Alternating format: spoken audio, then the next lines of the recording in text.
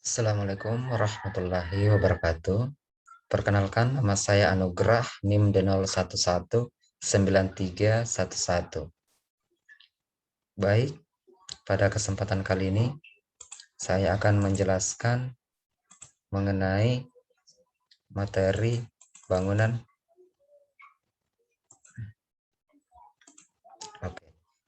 Saya akan menjelaskan mengenai materi bangunan pengukur dan pengatur.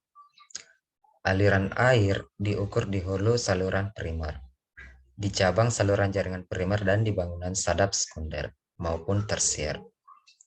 Bangunan ukur dapat dibedakan menjadi bangunan ukur aliran atas bebas dan bangunan ukur aliran bawah.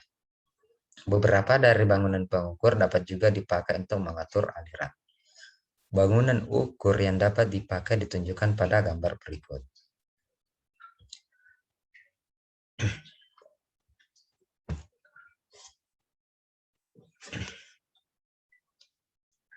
Alat ukur ambang lebar adalah bangunan aliran atas.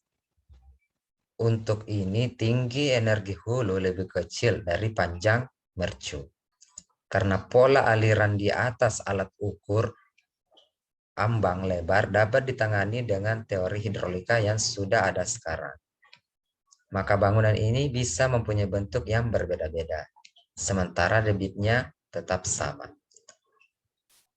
Mulut pemasukan yang dibulatkan pada alat ukur dapat dipakai apabila konstruksi permukaan melengkung ini tidak menimbulkan masalah-masalah pelaksanaan, atau jika berakibat diperpendeknya panjang bangunan.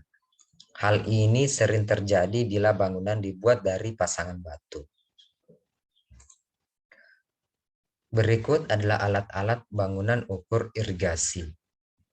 Tipe bangunan ukur: yang pertama, bangunan ukur ambang lebar; yang kedua, bangunan ukur parsal; ketiga, bangunan ukur sipolate; yang keempat, bangunan Romjin; kelima, bangunan ukur Kram de Gruyter; yang keenam, bangunan sadap pipa sederhana; yang ketujuh, constant heat of rifts; yang kedelapan, cut-throat flame. Ini adalah contoh gambar bangunan pengatur. Dilihat dari segi konstruksi, pintu skok balok merupakan peralatan yang sederhana.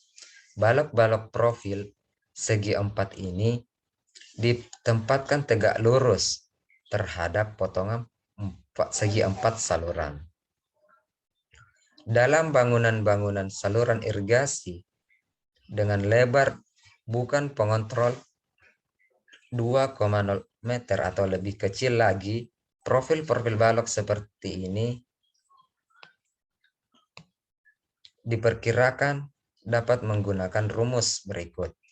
Debit sama dengan koefisien debit dikali koefisien kecepatan datang.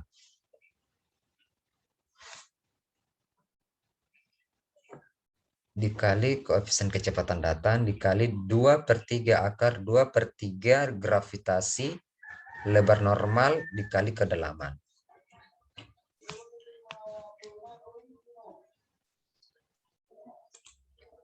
Untuk menyederhanakan operasi dan pemeliharaan, bangunan ukur yang dipakai di sebuah jaringan irigasi hendaknya tidak terlalu banyak. Dan diharapkan pula pemakaian alat ukur tersebut bisa benar-benar mengatasi permasalahan yang dihadapi para petani. Berikut adalah contoh aliran ukur ambang atau free fair flow.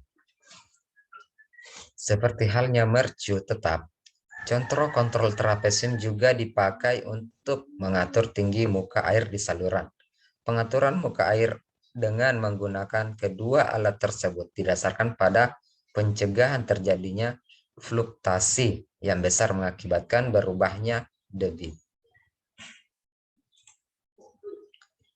KP04 bangunan memberikan uraian terinci mengenai peralatan ukur dan penggunaannya. Peralatan berikut dianjurkan pemakaiannya. Yang pertama, di hulu saluran primer. Untuk aliran besar, alat ukur ambang lebar dipakai untuk pengukuran dan pintu sorong atau radial untuk pengatur.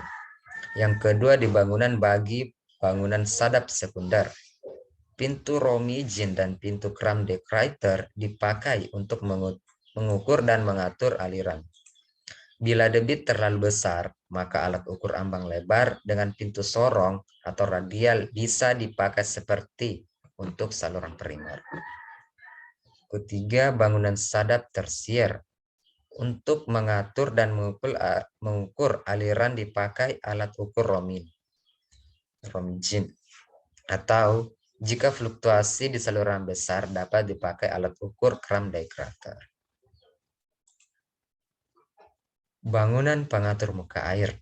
Bangunan pengatur muka air berfungsi mengatur permukaan air di jaringan irigasi utama sampai batas-batas yang diperlukan untuk dapat memberikan debit yang konstan kepada bangunan sadap tersier. Saluran pembawa. Jaringan pembawa terdiri dari jaringan utama dan jaringan tersier.